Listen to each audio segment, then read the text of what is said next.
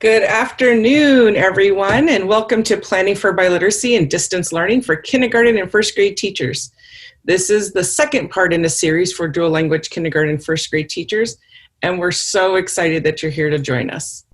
So, my name is Charisse, and I'll be sharing a little bit about ELRISE, and my CL colleagues, Jen McNeil, District Relations Administrator, and Heather Skibbins, Program Manager, will be your presenters for this afternoon's session.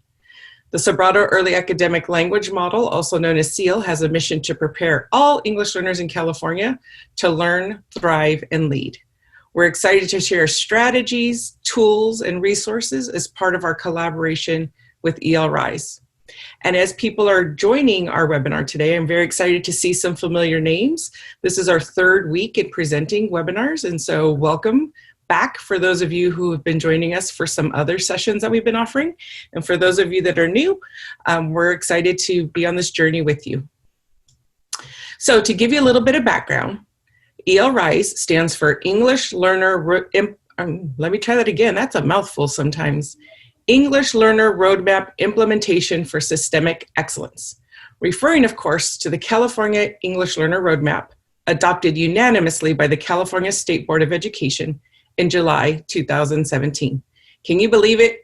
That was just 3 years ago, as the new English learner policy for California superseding Proposition 227, which had been the state's English learner policy for 20 years. Aspirational and comprehensive, the English Learner Roadmap consists of 4 principles that are to guide local programs, policies, instruction, and planning for English learners throughout California. It calls upon every educator, school and district in the state to work towards enacting assets-oriented and needs-responsive schools that embrace the cultures and languages of our students, to provide meaningful access through the full curriculum, through engaging and high-quality intellectual work with sufficient scaffolds and supports for full English learner participation. And it calls upon our systems to provide the conditions to make such education possible.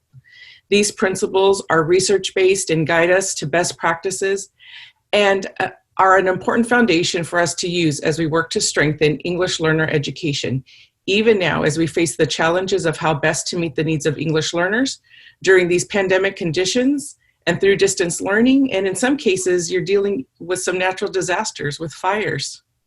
If you need more information about the roadmap, there are links in the chat to the roadmap policy itself and to this infographic you can download, and we encourage you to check out CDE's website for additional materials. So, as part of the state support for enacting the English Learner Roadmap, the legislature and the California Department of Education funded 2 educator workforce incentive grants, one of which is ELRISE. The goal for the grants are listed on this slide. Today we're going to focus on these 2 big goals of building skills and strategies and how to sustain dual language programs. But in the bigger picture, over the course of the next 3 years, ELRISE will be working in partnership with your county offices of education to provide opportunities and resources for professional learning, such as webinars, institutes, and we hope someday to see you in person at live workshops. Does everybody remember those? For multiple roles, teachers, administrators, and families, on various topics, such as implementing the English Learner Roadmap, integrated and designated ELD, building strong dual language programs, and meeting the needs of long-term English learners, all meant to support you in implementing the California English Learner Roadmap. So at the end of this webinar, we're going to share some additional webinars that we have coming up in the next 2 weeks. So now I'm going to turn it over to Heather, who's going to take it from here. Thank you, Charisse. Welcome, everyone. My name is Heather Skibbins, and I'm currently a program manager at SEAL. I'm also formerly a bilingual educator. For about 14 years, I taught mostly 4th grade and kindergarten. And I just want to begin by saying how impressed I am with you. Thank you for taking the time to be here with us in this crazy year, in this crazy month, and is in what is turning out for most of us around California to be a pretty crazy week. Thank you for prioritizing your students and for prioritizing your own learning.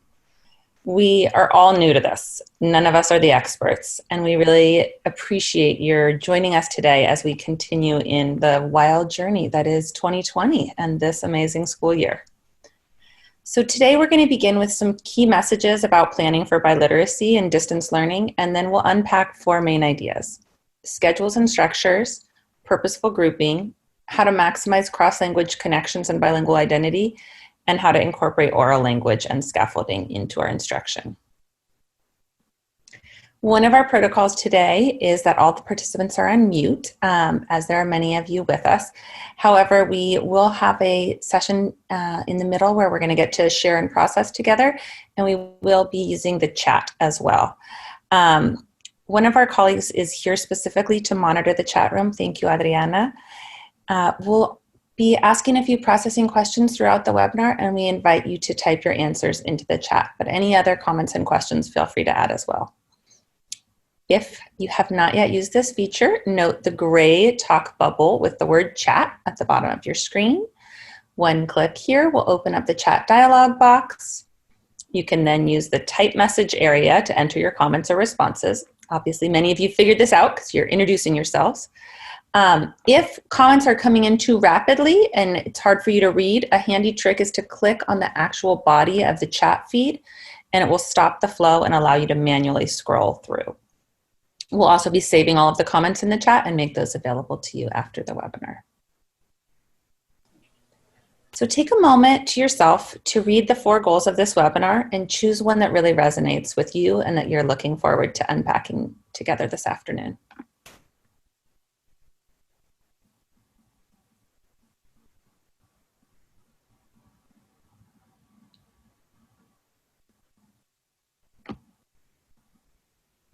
So we want to begin this afternoon by grounding ourselves in our own personal why.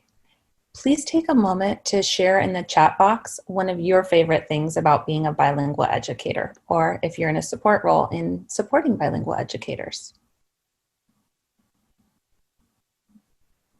Many of you expressed both being able to speak your own native language and the joy in being able to support students in instructing them in their home language. Many of you shared about the joy of students learning new languages. Many of you wrote about communicating with families and how powerful that is to be able to communicate in family's home language. Claudia here wrote, "I love working with students and families and making connections to my own culture. I enjoy teaching with high expectations and rigor to help those succeed." So a lot of you reflected about opening doors, about affirming culture and language and heritage, and how rewarding it is that we get to have this amazing job where this is a part of the work we do. Thank you so much for sharing these. And if you haven't yet added, feel free to continue to add. There's a wonderful TED Talk by Michael Jr., and he says this: when you know your why, your what becomes more clear and impactful. In this moment of what can sometimes feel like insurmountable challenges, it's essential for us to refocus ourselves on why we teach, on why bilingualism and multilingualism matter so much. And with our grounding in this, then we can face all of the decisions about what to do in all of the different pieces of our jobs. So thank you for helping us start this way. As we consider how to plan for biliteracy and for our students' success, there are 5 key messages that frame our work, enact the principles of the EL roadmap, and inform our decision-making. We're going to take a few minutes now to dive into each of these key messages. The first key message is that relationships are central to all we do as educators. Zaretta Hammond says, "Lessons should begin and end with relationship, trust, and connection." When we talk about relationships, we're talking about family to teacher, students to teacher, family to family, and students to students. In our previous webinar last week, there was a bunch of resources and ideas shared around building and strengthening family to teacher and family to family relationships. So if you didn't get those resources, I see folks adding to the chat. We'll find a way to make sure that you get a hold of all of those wonderful resources that were shared in the previous webinar. We begin here with relationships in order to frame the rest of the webinar. We can follow plans and models, we can create schedules, and yet we're all heading into completely uncharted waters. And so we need to keep this piece of relationships front and center. This work with students and families relates directly to Principle 1 of the EL Roadmap. As this year progresses, we'll have to make a million decisions and tweaks to our plans as we go through, and we need to continually ask ourselves these questions. What is best for this child? What does this family need?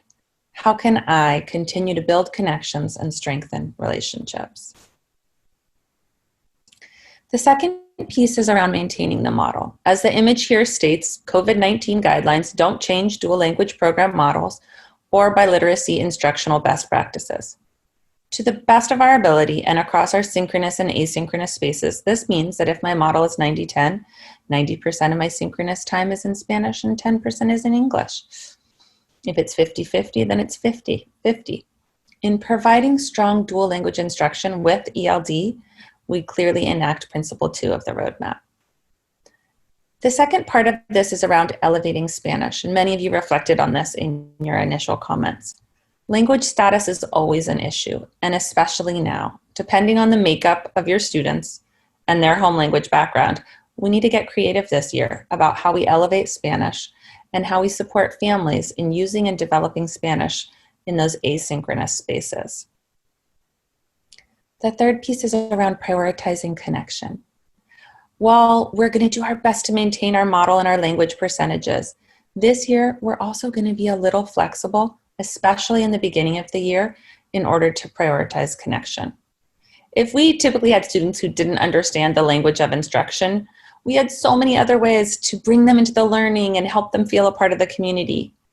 We may find that in these first few weeks, month of school, we're being a little more flexible with language with the intention of creating a distance learning space that welcomes all of our little learners.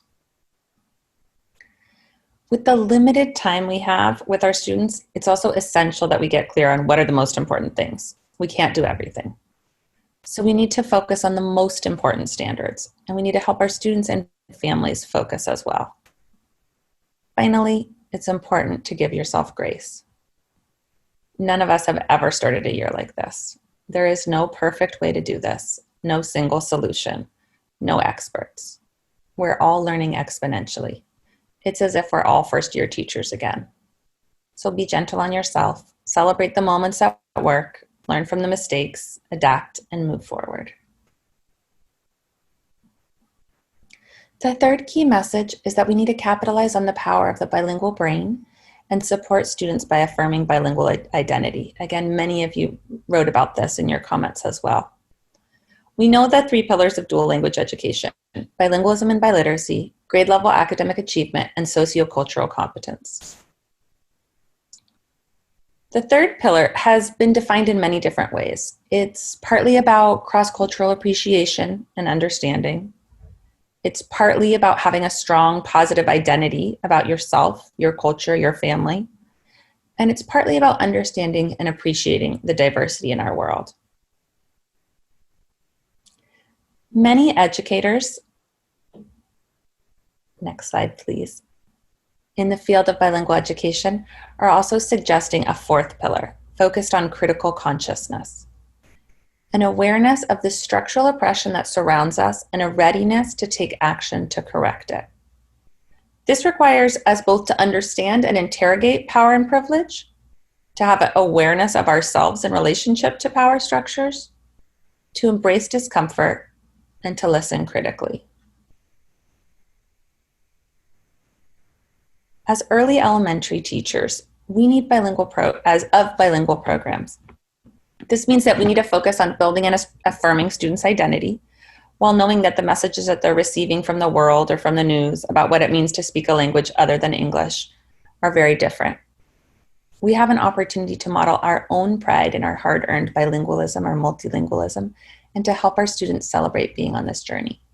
We can also build upon cross-language connections, and we can help them understand the similarities and differences of their languages. The 4th key message is about the importance of oral language and thematic instruction. Oral language development is essential for all young children, but particularly for emerging bilinguals. Oral language is a foundation for literacy. We need to be able to say something before we can write it. Research tells us that language develops best through integrated thematic instruction. Particularly now in distance learning, the more we can connect the learning around a theme, the more we can deepen language. For example, if we're in the midst of a unit studying insects and we're talking about them and writing about them and reading about them and watching videos about them, we have more opportunities to both learn and practice the new vocabulary. We need to ensure that all of our students are ready for success as they move through school, and that means making science and social studies and art integral parts of the curriculum. This access to the full curriculum is what is promised students in Principle 2 of the roadmap. Finally, we know that learning a new language or new content can be scary and intimidating. So it's our job to create safe spaces in which there are regular opportunities to use and practice the new language. Finally, we know our students are going to need different kinds of support and that they're getting different levels of support at home during this time. This requires us to have flexible and intentional grouping, and then after a few weeks to step back and reflect on what's working and what needs to change. We are legally required to provide our English language learners with ELD during this time.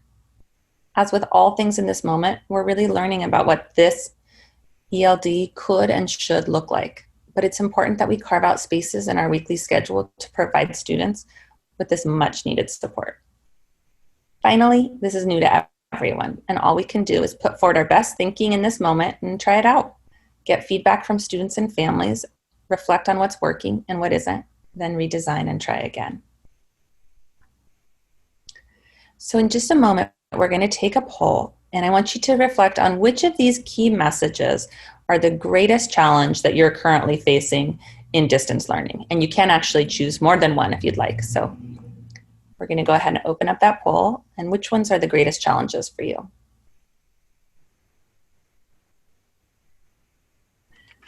So we're going to go ahead and share the results of those with you. You can see there on your screen.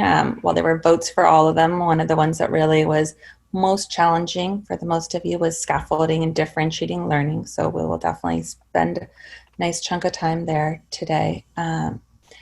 Also, some of you are asking questions about the song. You might love some other music that we play, so we will be sharing those resources with you. I know for me, I really needed to do that respiración right now. So thank you so much for sharing. If you want to close out the poll, you can just click the red button to end it on your screen. And I'm going to pass it over to my colleague, Jen McNeil, who's going to help us dive into our webinar goals. All right. Wonderful. Well, thank you so much, Heather. I really appreciate it. I also enjoyed that song, taking a moment to just breathe and think about the challenges that are ahead of us. So in this first goal area, we're going to take a deeper dive into schedules and the structures that set us up for really positive distance learning. So in this section, we're going to talk about the major themes that are up for consideration when building a master schedule, and in particular, how to keep it student-centered while adhering to those important guidelines and boundaries such as the instructional minutes. We're going to dive into scheduling considerations that can provide relief for students, for their developmental stage, relief for families as partners in learning, and of course, relief for your own self-care. Then next, we're going to take a look at some of the pedagogical choices that you'll make around the delivery method. Should it be whole class, small group, synchronous, or asynchronous? And finally, we'll take a look at some sample schedules for rotational small group work that contains both synchronous and asynchronous delivery.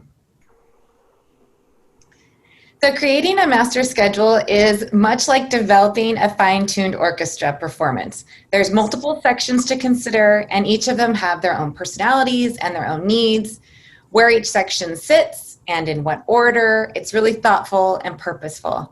They need to function, to practice, and to perform in unison at times, and at times independently. And when the sections all come together with timing, really clear guidance from both the orchestra and the music sheets, well, the conductor, the rest is, of course, really powerful.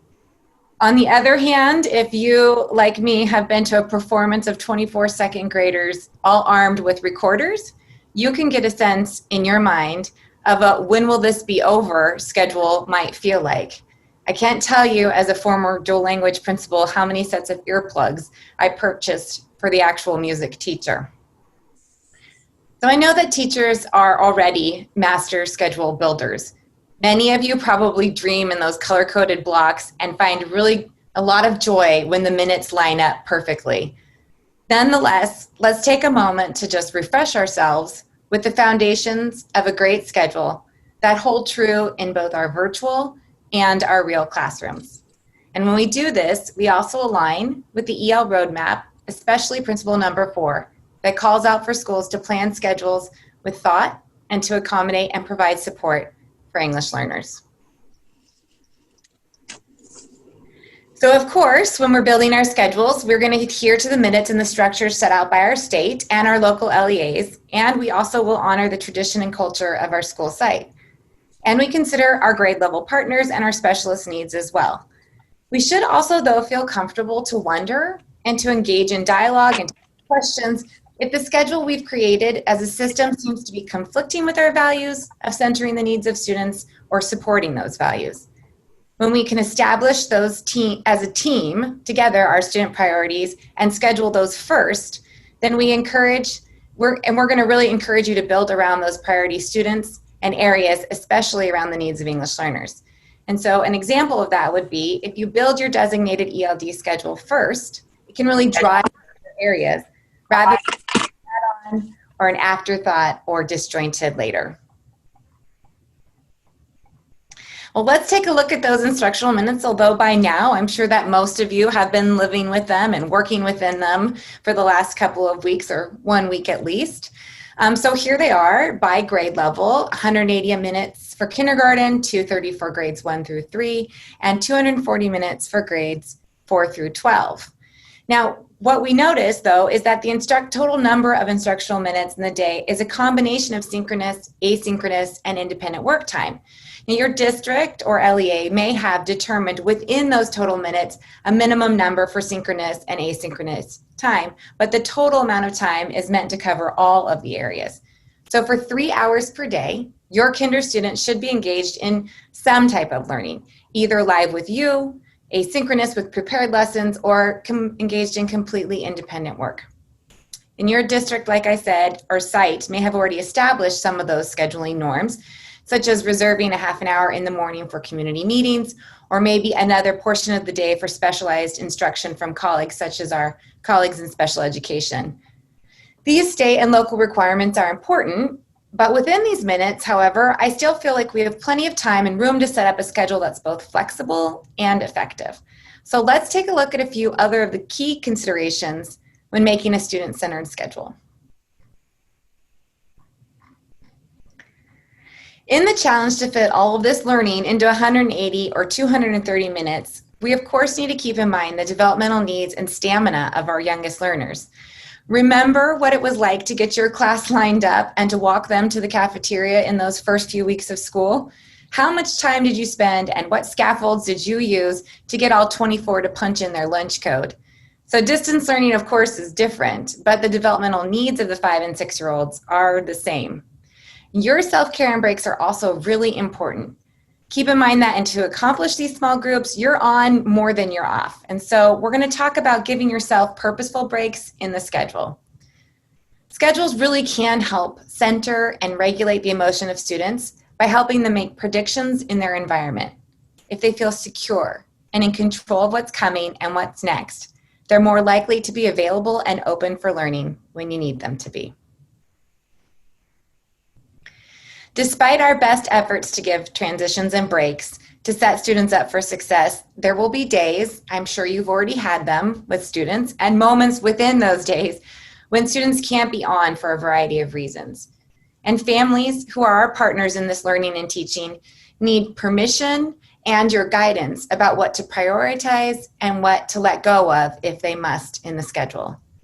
Families will need reminders that they know their children best and that they should communicate with you, the teacher, about how their child's doing so that we can then scaffold, accommodate, or even modify the learning tasks.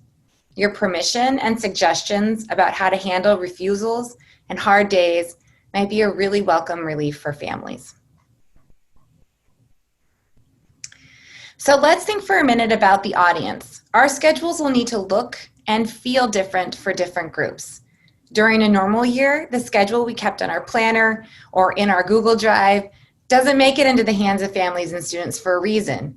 The version that gets posted on our whiteboard or was found in the newsletter for parents was, of course, a condensed version, still with thought given to its purpose and with really clear labeling. And your distance learning schedules are going to have similar iterations. In our last session, we spoke about families as partners in learning and discussed the need to provide a weekly schedule as a point of access and equity with straightforward language and visual reminders for how to use the learning tools. Students, of course, are another audience, and they might see a different visual when they open up the Google Classroom or your other learning management platform.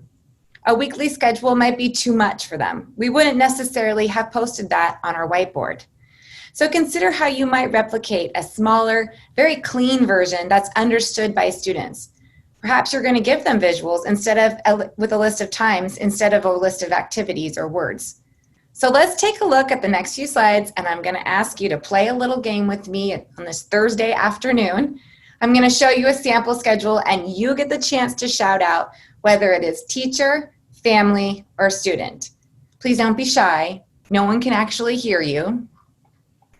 So let's take a look at the first one. I'm going to build you off with a little confidence builder. So go ahead and call it out nice and loud on the count of 3. Student, family, or teacher. 1, 2, 3. Students, clearly, that's right.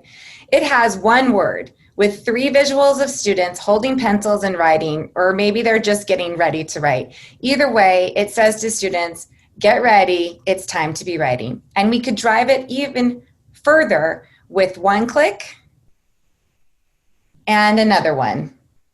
We're going to be writing right now. Okay, let's take the next one. This time, I'd like you to say it out loud in your teeny tiny voice to match the size of that teeny tiny font. Are you ready? 1, 2, 3. You got it. This detailed schedule is a teacher schedule. On to the next one. So this one is meant to trick you just a little bit, but as master builders, I'm sure it won't trick you very much. It's obviously not quite detailed enough for a teacher or a substitute to pick up. That's true, I did just say substitute, but let's leave substitute plans for another time. Some clues to the schedule: it's color-coded, it's got times, it has plenty of words, but not too many. And this time, let's say it up to the ceiling if it's a student, teacher, or family schedule. Ready? 1, 2, 3. That's right. This is a family schedule. And last but not least, we're going to say this one into our hands and then shake it up and let it go and say it out loud. Are you ready? Say it with me into your hands. Give it a shake and let's shout it out loud. 1, 2, 3. That's right. This is a student schedule. And what I really like about this one is when it's time for reading, what they see is a very engaging, age-appropriate prompt. And actually, all of these books are live links to read alouds on YouTube. I might even further simplify this schedule with less choices of books, especially in the beginning. These samples were really just meant to highlight what you already know, that your audience really matters, and setting up a schedule format in a user-friendly way will really help you out in the long run.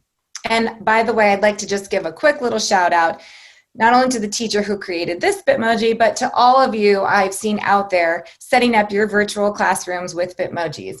If you're not familiar with this and it's new to you, I just want to say, way to go, good job. And remember, it's okay to keep it simple and keep the visual stimulus low and really focused on the essential items, which in this case would be the book, the shelf, and a clock. So we've gone over the basic priorities and thoughts that go into a student-centered schedule, but really the things that keep us all up at night and what we're stressed and worried about are the details around our pedagogical choices. So let's just pause for a moment and acknowledge what a tremendous shift this is for us. It's hard enough to keep 24 6-year-olds going when they're in a 25 by 25 square foot contained classroom. There will certainly be schedules that we try, we adjust, we keep, and we scrapped. In fact, if you're a few weeks in, I'm sure you've already made some changes to your schedule. There are two main considerations in our schedule and distance learning. The first is the lesson going to be synchronous, asynchronous, or independent? And if your lesson is synchronous, will it be whole class or small group? We have to answer these questions carefully if we want to align with EL Roadmap Principle number 2, which calls for rich, standards-based curriculum with intentional scaffolds that emphasize engagement, interaction, discourse, and inquiry. So once you decide what you want to prioritize for synchronous lessons, the rest, of course, will move to asynchronous or independent work. Our time is precious, and the attention spans are limited via screen, despite the amount of time my own children can actually spend watching Avatar or My Little Pony. We have to think about the time when they're in front of us for lessons, that we have to be really purposeful and engaging, and think really critically. Does it give us the most bang for our buck, so to speak? So here's some considerations to think about if this is a lesson that should be delivered synchronously. Does it have or require student interaction? Does it build classroom community? Does it maybe give us formative information? Does it build on a central idea that we're going to need for deeper work in synchronous small group or asynchronous independent work? Again, these questions and considerations will assist us in making sure we're matching and lining up with principle number 2, rich, meaningful, and engaging interaction that is discourse and inquiry. So as we're going to dive almost into looking at some schedules, just a little bit of humor. I'll give you a chance to read this screen. It's true. Some days, maybe many days, we feel like the fourth head image on the bottom when planning our distance learning schedules. But hopefully at the end of today, maybe we'll feel a little bit differently, like we're in one of the smaller areas. So let's take a look at some consideration for whole class and small group. Whole class lessons for kinder and first grade may give us a collective shudder, and for good reason when we think about them. And I bet we can agree that whole class synchronous lessons should be short, with most likely opportunities for collective oral language, songs, chants. Our small groups can have rotations to be additionally effective, just like we do, of course, for centers in our classroom or stations.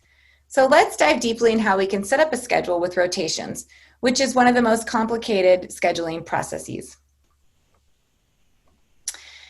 So this schedule is meant to illustrate rotations for small group, both ABC or 3-part and AB or 2-part. However, we're going to absorb the whole schedule before we zoom into just the rotational piece. So first, the minutes for the schedule have been set up for first grade with 230, which you can see tabulated over on the right-hand side, very small font. But we'll send the resources to you afterward, which actually is a good reminder. I'm going to take this opportunity to say if you have not yet signed up to get the resources for this webinar, it's in the chat link. It should be posted right as I'm talking. And also, if you were in part 1 and you missed those resources and we didn't get them to you, we put a link in there for part 1 as well, so you can sign up for those. There it is. Thank you, team. All right, so this whole class time on this schedule is in blue. And the small group time is in green for the ABC rotation, and it's in pink for the AB rotation. And there's independent time in orange, and then the breaks are in white. On Wednesday, you can see a side-by-side view of what the teacher is doing and what the students are doing. Notice that this schedule is driven by distance learning structures, not by content or subject area. Your structure can stay the same while the content shifts. So now we can notice those small group rotations. And again, there are 2 types on this schedule, an ABC in green and an AB in pink. So let's take a detailed look at the information about how to run those rotations in the next slide. So here's the detailed information of what you and the students will be doing during the rotations. In the top green area is the ABC rotation. Students are divided into 3 groups, and as the teacher, you'll see each group synchronously. And at the same time, students will rotate through synchronous, asynchronous, and independent activities. In the bottom AB rotation, you can see that 2 groups rotate through AB, perhaps your English learners, and then one group, your non-English learners, or sometimes called Spanish learners, can spend the whole time asynchronous or independent. Scheduling time for designated ELD and the supports ELs need aligns with principle number 4 of the EL roadmap. So please note that the times for these rotations can be moved to fit your needs, but the ABC rotation stays the same. You can also insert breaks into the rotations. And in the next schedule, I want to show you how we incorporate these breaks and other teacher self-care. And it'll give you an additional look at timing. All right. This schedule is really meant to show you how to add in some self-care and prep into your balanced schedule. Please notice with me, again, the overall schedule. The white sections, those are the breaks. They're scheduled for students, but they are also scheduled for you, the teacher. It's really okay to take a break in the middle of a rotation because the students moving around won't be affected. There's also prep time placed in this schedule and collaboration and staff meetings in yellow. It's really a large task to prepare asynchronous work along with packets and synchronous lessons. And this is where blocking off time to engage in really high quality collaboration with your colleagues so that you can share materials and resources, it just becomes really critical. Now to the right, you can see that we calculated the minutes by English learner, Spanish learner, and for teachers. If you engage in the small group, you're going to be synchronous much more than the children. Of course, some of that time will be repeated content, more like centers, still slightly differentiated, and some of it will be new content, like differentiated ELD. Give your schedule a once-over for your self-care and minutes is really important.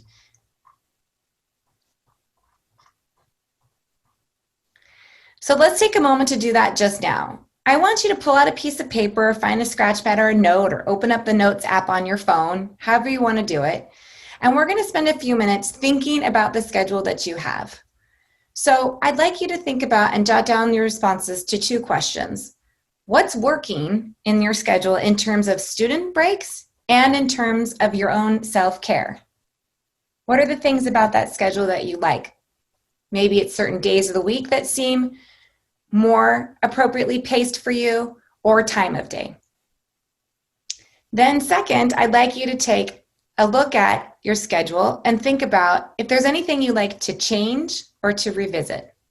So let's spend a few minutes, we'll play some music now and give you an opportunity to reflect on your own schedule and your own self-care and student breaks. Wonderful. Thank you so much for taking some time to reflect on your schedule and writing down your ideas. We're going to use these ideas in just a little bit when we take a break in some breakout rooms, so don't put them too far off or too far away.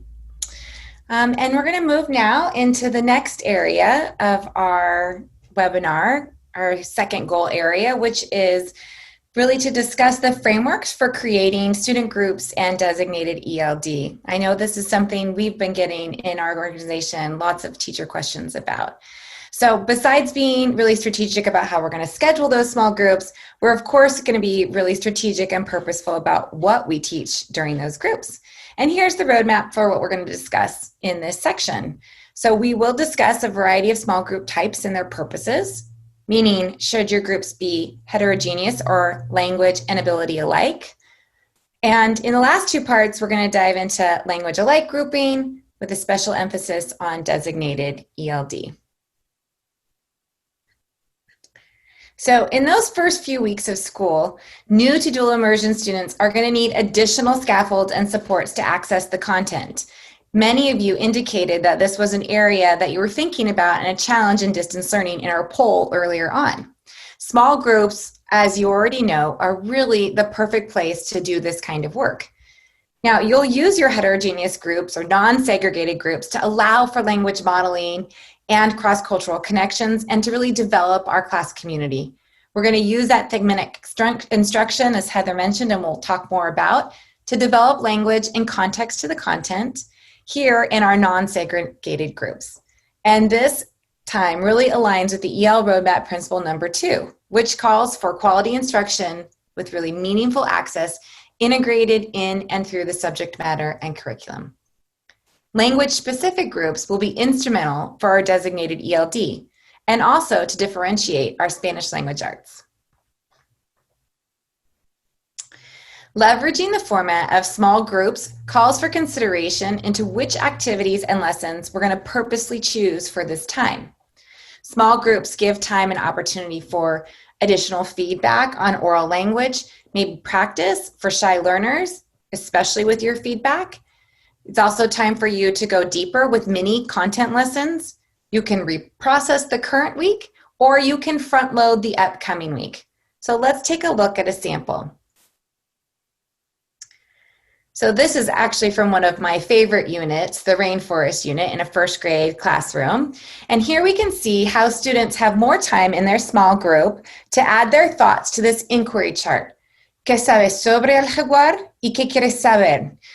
So you might notice here some translanguaging as you read the comments from the different students.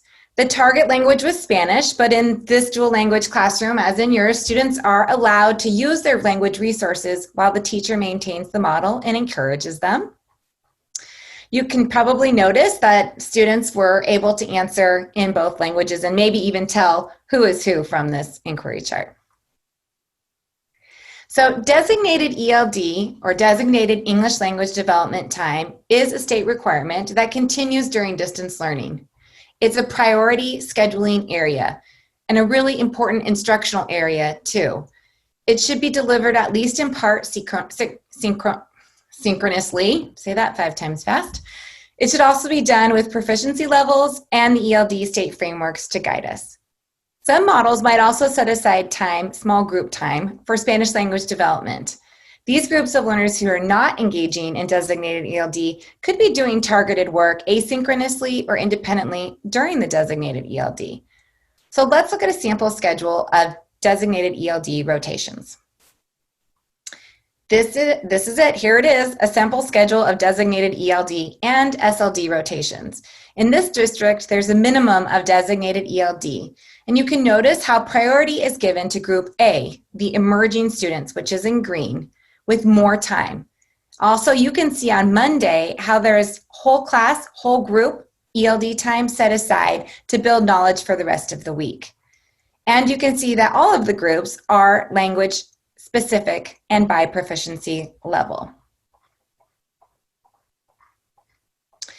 So now that we've seen a sample of designated ELD rotations and some other rotational groups and schedules, and you spent a moment answering your self-care and student breaks question on a paper, we're going to give you an opportunity to head into a breakout group with about 4 or 5 other colleagues from this community of learners today.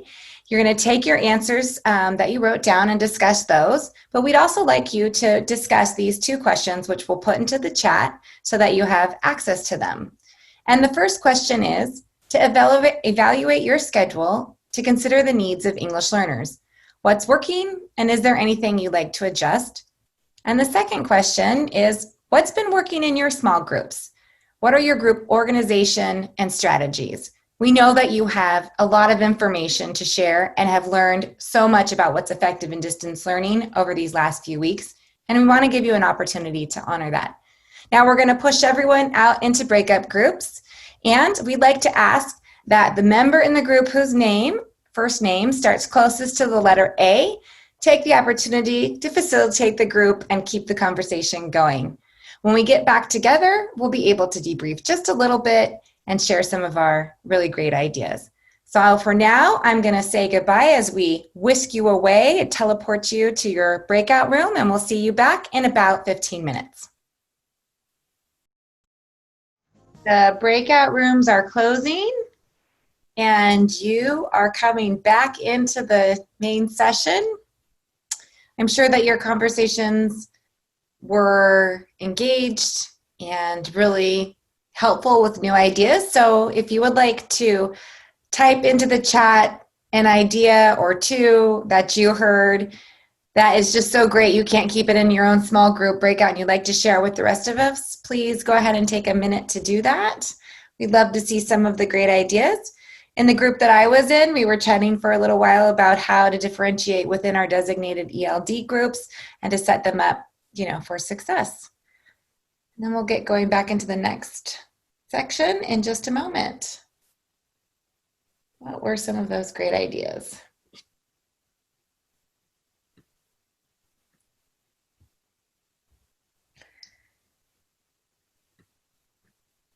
All right. You can keep adding your ideas. Gloria, gracias.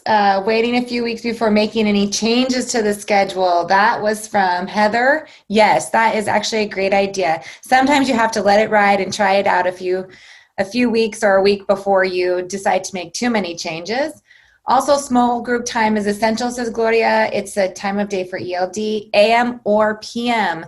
This is true. I really think that it's okay to spread things out over the day. And in fact, some teachers have set up schedules where their small group rotations change which students they're in them in AM or PM. And so each student is only going once per day to a small group rotation, but the teacher is doing 2 sections of small group rotations within the day. So centralizing the needs of English learners during ELD, absolutely 100%. And then centralizing those needs even further by scheduling your designated ELD during a really supportive time of the day. So thank you so much. I see a request in the link to provide the access to the sign-up sheet for the resources. So we'll do that right now. We'll put in both part 1. If you missed it from last week and need to sign up for those resources, you attended but missed the resources. And we'll put in the link for today's resources so you can get them as soon as we can. So at this point, I'd like to say thank you to all of you for engaging in conversation, thoughtful conversation with each other and with us in the chat. And I'd like to hand it over and welcome back Heather. Great. Thank you so much. I do also want to reflect that many of the, sounds like questions and conversations centralized around designated ELD. And while I can't promise anything yet, I know that's at the top of our list of things we want to circle back and offer really to zoom in specifically with webinars. So stay tuned, make sure you're getting those updates from ELRISE and expect more to come. So we're going to move into our third goal for the webinar.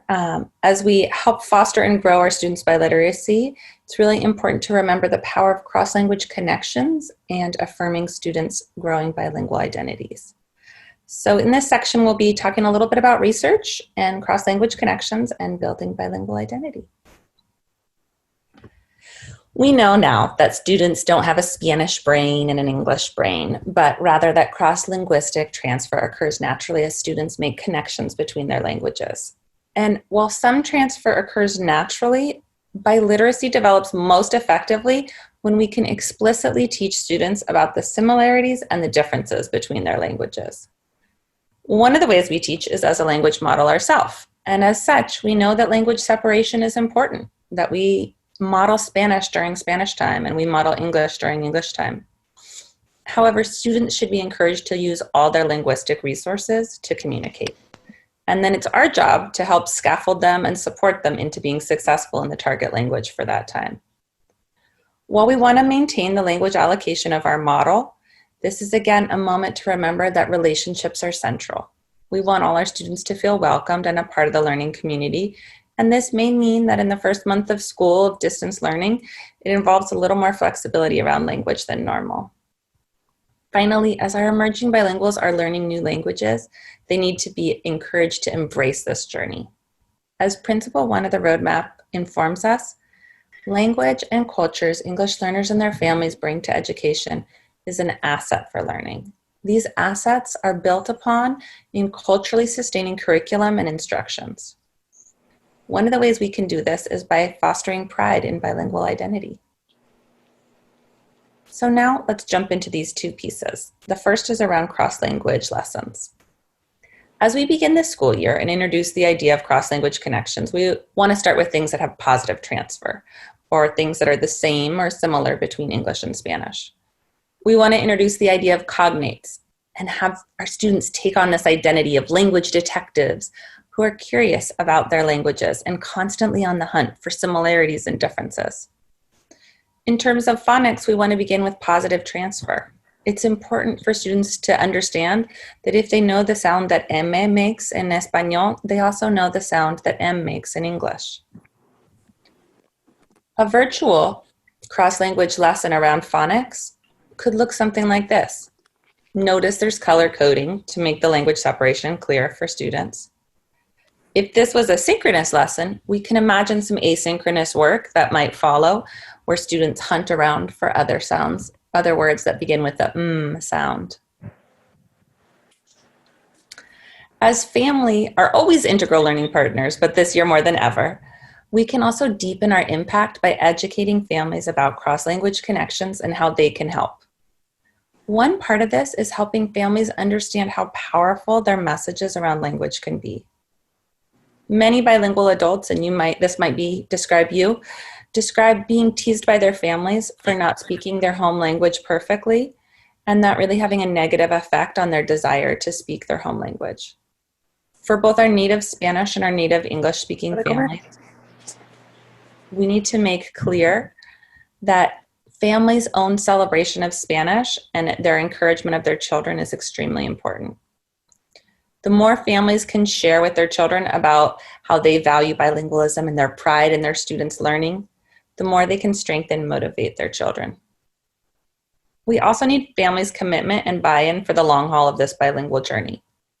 For all families who have kids in distance learning during this year in kindergarten and first grade, this year is a struggle, no matter the program. We know this age group is the most in need of person-to-person contact. And as such, we know it's really important for us to educate families about how bilingualism grows and the natural trajectories for language development in a bilingual program, so that our families can feel confident in the program and confident in their decision to keep their child in a dual language class. We created a wonderful resource that I'm excited to share with you so that you can share with your families. It's in English and Spanish, and it explains the genius of the dual language brain, why cross-language connections are important, and how families can help at home. It also has a list of all the letter sounds, and those that are positive transfer make the same sound, negative transfer make different sounds, or zero transfer exist in one language and don't in the other. We hope you and your families will find this information useful. As Principle 1 of the roadmap reminds us, we also need to create learning environments where language and culture are assets. One way that we do this is by creating and sharing identity activities in which students are invited to celebrate their languages and cultures. We can model this ourselves, whether by sharing our own testimonials or our own journeys to bilingualism or multilingualism, and by expressing pride in our hard-earned bilingualism. Some program models have teachers pretend to speak only one of the target languages in an effort to increase the status of Spanish. We would argue that there are many ways to elevate the Spanish of the language other than English and to scaffold students into the target language, all while sharing honestly your own pride in your bilingualism and how it's helped you in your life.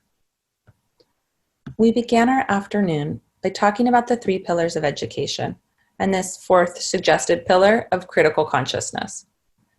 As teachers, we have the opportunity to express pride in our culture and language and foster, in appropriate terms, an awareness of inequity and model for our students how we can advocate for others with our own superpoder of bilingualism. There are many ways to help students have positive relationships with their identities. In SEAL, we talk about the importance of providing children with windows and mirrors, positive ways to see and talk about themselves and their families, and windows to understand and appreciate the diversity in the world. As teachers, we all know literature can be a powerful way to have students see themselves represented and their stories reflected to them. We're also going to share with you 2 resources you might use during this first month of school as you're engaging in this conversation about why multilingualism matters so much. The first is a homeschool connection that asks family and students to have a conversation about the different languages that the people in their family speak, the languages that they want to learn, and why they think being bilingual helps in life. The second is a poetry frame based on a poem by Alma Florada. If you were with us last week, we shared a poetry frame for families to write poems to their children. This is a frame for students to write or dictate how bilingualism helps them in their lives. In this short video, you'll see some students sharing their bilingual pride poems and other students talking about what bilingualism means to them. Some teachers have actually used this video as a jumping off point, shared it with their students, and used it as a jumping off point to talk about the power of multilingualism.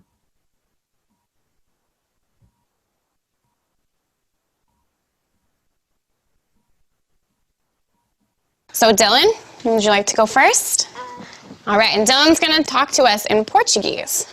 Oceano aqui, oceano ali, oceanos por todos os lados, lindos oceanos cheios de ondas. I mostly speak English at home because before the project that I got was like, I don't know how to speak Portuguese, but now I know how to do it. In SEAL, we want students to have mastery of all of their languages, to be able to use them both proficiently and to be able to move in and across them fluently. Los idiomas que usa mi familia son español e inglés. Someday, because I speak two languages, I will be able to help other people that don't speak Spanish.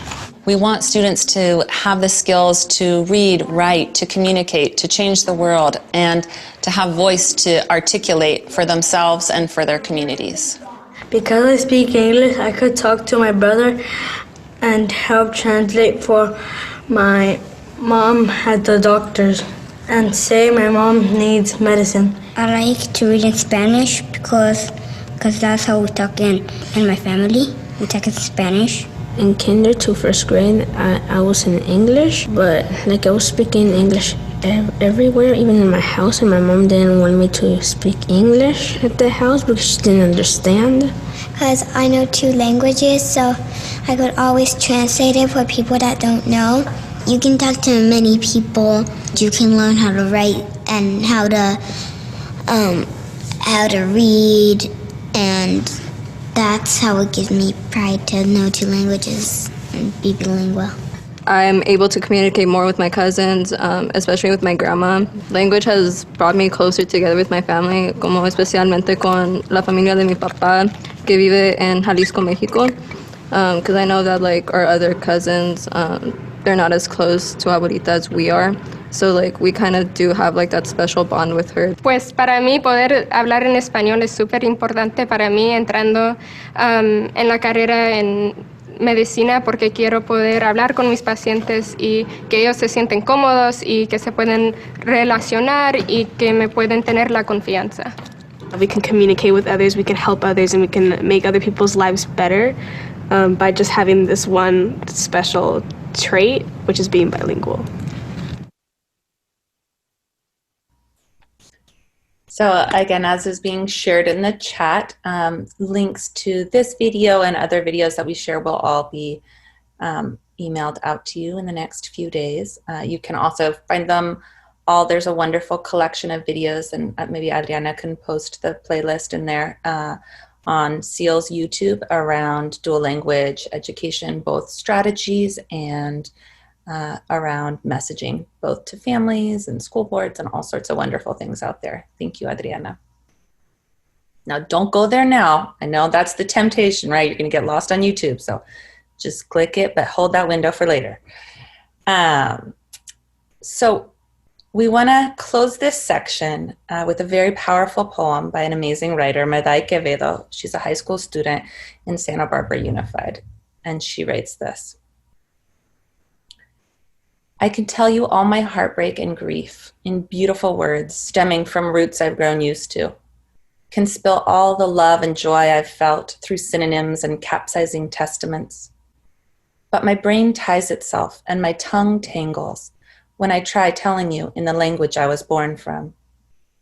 The words I was slathered in the first moments of my life, the only language I used to speak to my mother. When I speak with my mother, my best friend, le hablo así, Le hablo con amor, con ternura, con cariño that I've harvested from the times I can't find the words I want to say to her. When the flow of our conversations are interrupted by the ghosts of a language I once knew. I can only follow the phantom back to sweet, stubborn lessons learnt in a quiet, cold computer room at age 6, tucked behind the library, hidden from the rest of the school, where English as my second language grew wildly, spread like ivy across me. But ivy is possessive, and as I spent 7 hours of my day sowing its seeds, the land my mother had tilled for her peace had become mine. Now, when my tongue tries running across these fields, she trips over holes she saw her mother dig. She once asked me what language I thought in. I said English, and at that second, my heart ruptured, seeing the disillusion in her eyes. She smiled sadly and said, "Es okay, mi amor. Solo tenía curiosidad, pero qué bueno que manejas los dos lenguajes tan bien." Cómo se me quebró el corazón de no poder decirle que he estado recorriendo telenovelas en medio de que se me está olvidando cómo escribir quiere y querer. I don't know who I'd be without one or the other, but the thought of losing my only communication with my family terrifies me. It's fear that looms over me with every word I write.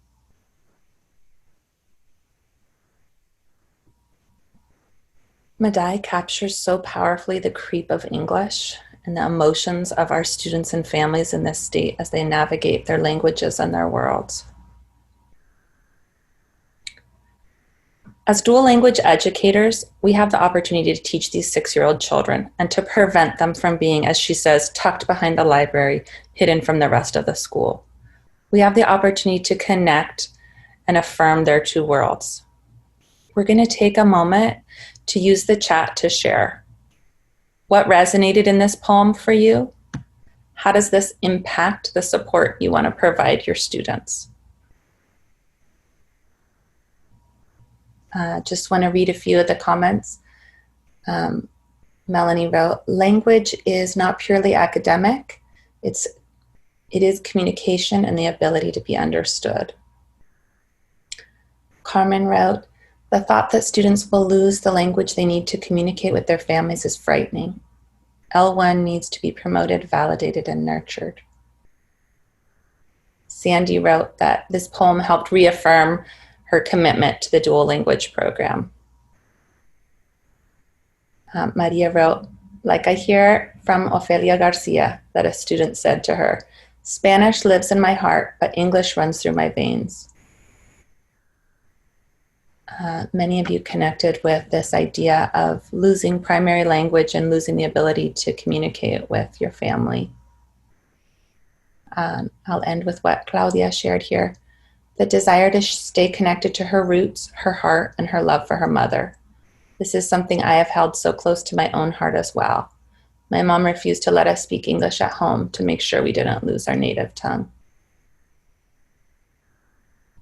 So again, another wonderful pitch. This poem is basically a call out for why dual language programs matters. And I know no one in this virtual room or space needs convincing around this. But it is really important, and many of you shared this in your comments, to share this with our families, because there's often a very misguided belief that it's going to be enough if I just speak at home a little bit with them. And then many families experience that, in fact, that creep of English, like Ivy, she describes it, is very territorial and really impacts students' ability to communicate later in life with their families. So thank you so much for sharing, and Adriana, thank you for including the link to the poem. She's also got a wonderful blog, and I'm a huge fan of her work and writing.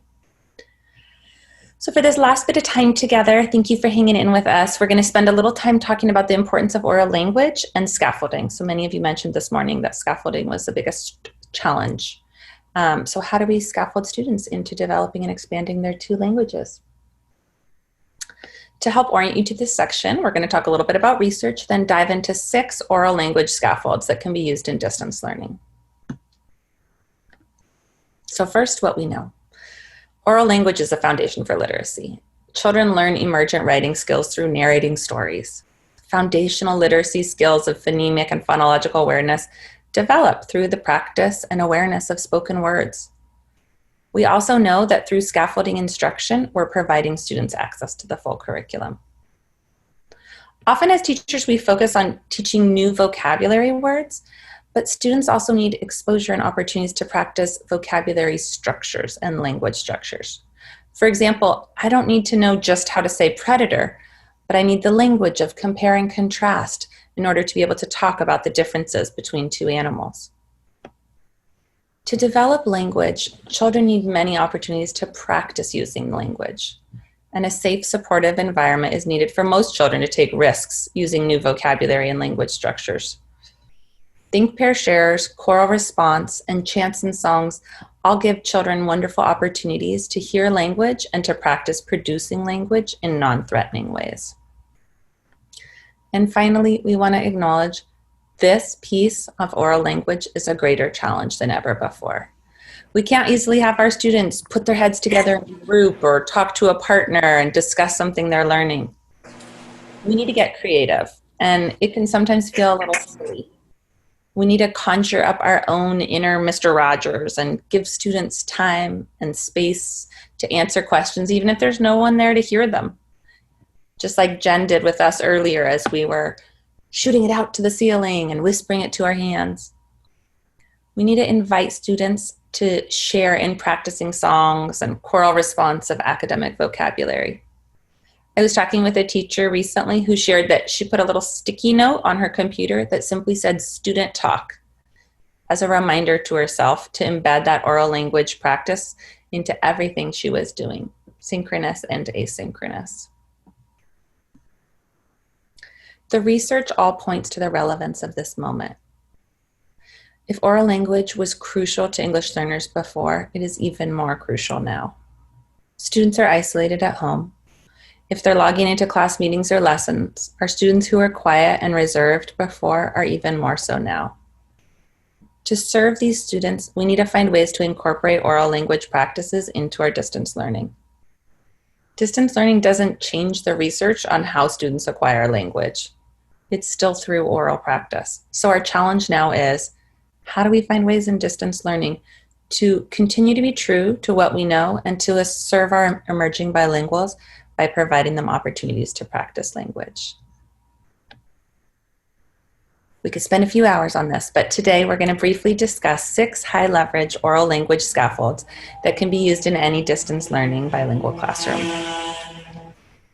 Important to consider as we think of these are when is it important for the teacher to hear what the students are saying, and when is it just important to practice language? For example, after students have shared in a Think, Pair, Share, we may want to hear what they shared out. Whereas with a chant, it may just be important for them to have the opportunity to practice. So the 6 strategies we're going to go over today are chant, songs, and poems, small groups, choral response, graphic organizers, Think, Pair, Shares, and sentence frames. So let's dive in. Chant, songs, and poems, we all know this as kinder and first grade teachers, are an amazing way to develop oral language. Not only do students love them, but they're also great for building fluency, teaching vocabulary and phonemic awareness, and reinforcing foundational skills. Content-based chants allow us to teach thematic content while incorporating the vocabulary that students are studying. Chants can be printed, and we recommend this, and sent home as paper packets, given that not every student has a printer at home. Students can watch chant videos, practice at home multiple times, read it in their chant booklet, find cognates, keywords, draw pictures related to the vocabulary. We can also practice these chants during live class meetings and teach students the total physical response moves that help them deepen their understanding of the vocabulary. We're going to watch a video that a wonderful teacher created. And in this example, we'll see the teacher adding total physical response with hand signals. Students can practice these hand signals from home. Hand signals could come from American Sign Language or be movements made up by the teacher that help deepen the understanding of the vocabulary. In this example, you'll see she's also chosen some images to support her students with their vocabulary development and their comprehension. Let's go ahead and watch. Primavera, las flores florecen. En el verano nosotros nadamos. En el otoño se caen las hojas. Y en el invierno llevamos botas. ¡Ay, qué frío! ¡Ay, qué calor! Que venga, venga, pronto el sol. Muy bien. Ahora tú vas a empezar el video otra vez y vas a cantar la canción conmigo usando tus manos para hacer los gestos, ¿ok? Así que vuelve a empezar el video y canta conmigo. So however you decide to use chants, whether synchronously or asynchronously, or even better, a combination of the two, it's really important to remember this is an essential tool in our oral language toolbox. Jen already spent some time talking about the considerations for creating and running small groups. It's also important for us to remember that small groups are especially important for our English learners who are sometimes shy in whole class discussions. They create safe spaces and allow for more time for us to, and provide us opportunities for us as teachers to assess what our students have learned and how they're talking about it. In the small group I was in during the breakouts, we were discussing about does it make sense to have our native English students in our ELD groups or not? Typically in our classroom, we might have an English time where they got to be the English models.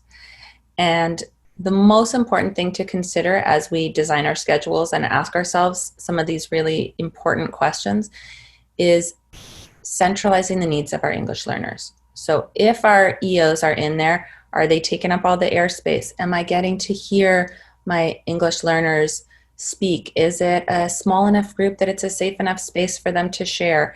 And am I able to really hear what they're saying in order to do that formative assessment that I need to do to serve them best? Choral response is a really powerful and yet underutilized strategy. It's very simple. You give students a chance to repeat what you're saying and to practice academic language. For example, choral response supports academic language. What kind of language? Academic language. Okay, you're all on mute, but you get the idea. It can be used in synchronous and asynchronous instruction. It's usually a single word or a very short phrase accompanied by a visual cue that it's students' turn to practice. So often as teachers, I would realize that I'd gotten to the end of the day and I had said metamorphosis 30 times, but my students had barely had one time to practice that new academic vocabulary coming out of their mouths. Graphic organizers, again, our old friend here, not a new idea. They help students organize their thoughts, and when we partner them with sentence frames, they can be really powerful in supporting not only students' oral language, but also their writing. It's really important for students to have a paper copy. And while it is possible to guide our kindergartners through creating these, many teachers are finding this is one of the things they want to have in their printed materials. I know I've been talking with teachers who print some hard copies of graphic organizers and then send them home in those dry erase marker plastic things so that they can reuse them over and over again. Students are invited to populate their graphic organizers with sketches and words. As bilingual teachers, graphic organizers are particularly powerful because once I understand how a Venn diagram works in one language, I don't need to relearn how to use it in the other. In the example pictured here, students were in the midst of that unit that's Jen's favorite on the rainforests, and they'd already learned a lot of information on the sloth or the perezoso. Here, they're using a tree map, my personal favorite graphic organizer, with language that they're later going to use as a scaffold for their writing.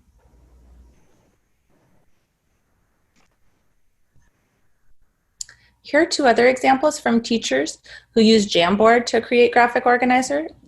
In the first are images from a narrative that students had been reading. Students were then encouraged to put the story into order and then record themselves retelling the narrative. In the second example, students had learned about the life cycles of fish, and after ordering the images, they practiced describing the life cycle using that sequential language. It's important to remember that graphic organizers are transferable knowledge.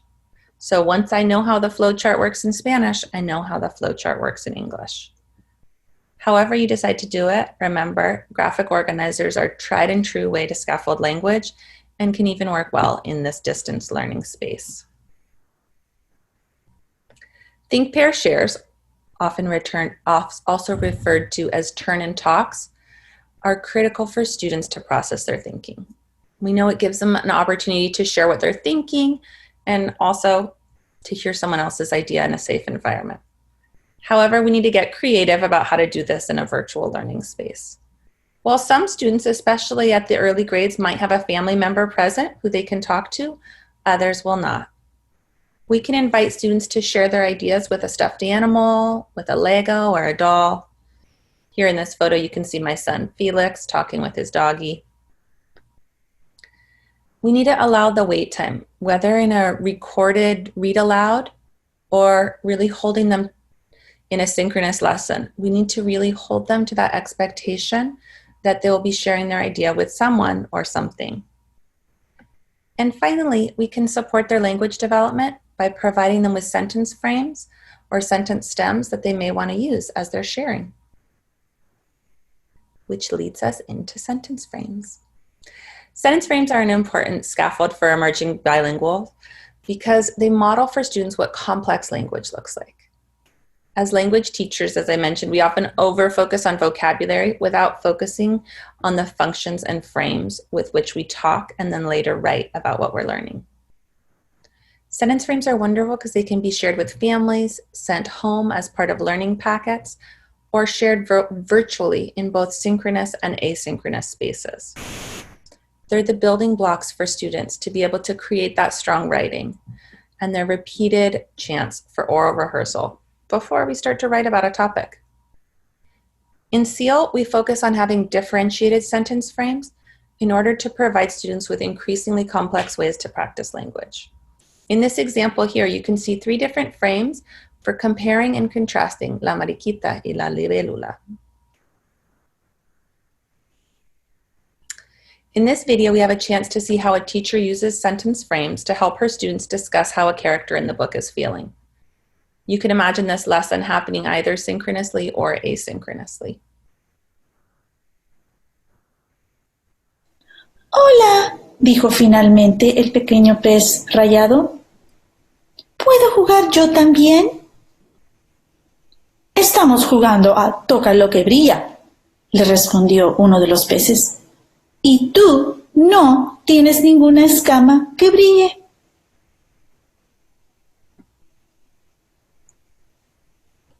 Ahora vamos a enfocarnos en cómo creen que se siente el pez rayado.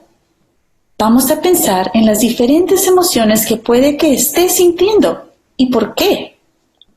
Miren su cara. ¿Cómo creen que se siente? Puede que se sienta triste, solo, frustrado. Pero cuando compartamos nuestra idea, vamos a hacerlo con oraciones completas. Por ejemplo, podrías decir, el pez se siente... O podrías también decir, en mi opinión, el pez rayado se siente... porque... Quiero que por favor compartan lo que piensen usando estas oraciones.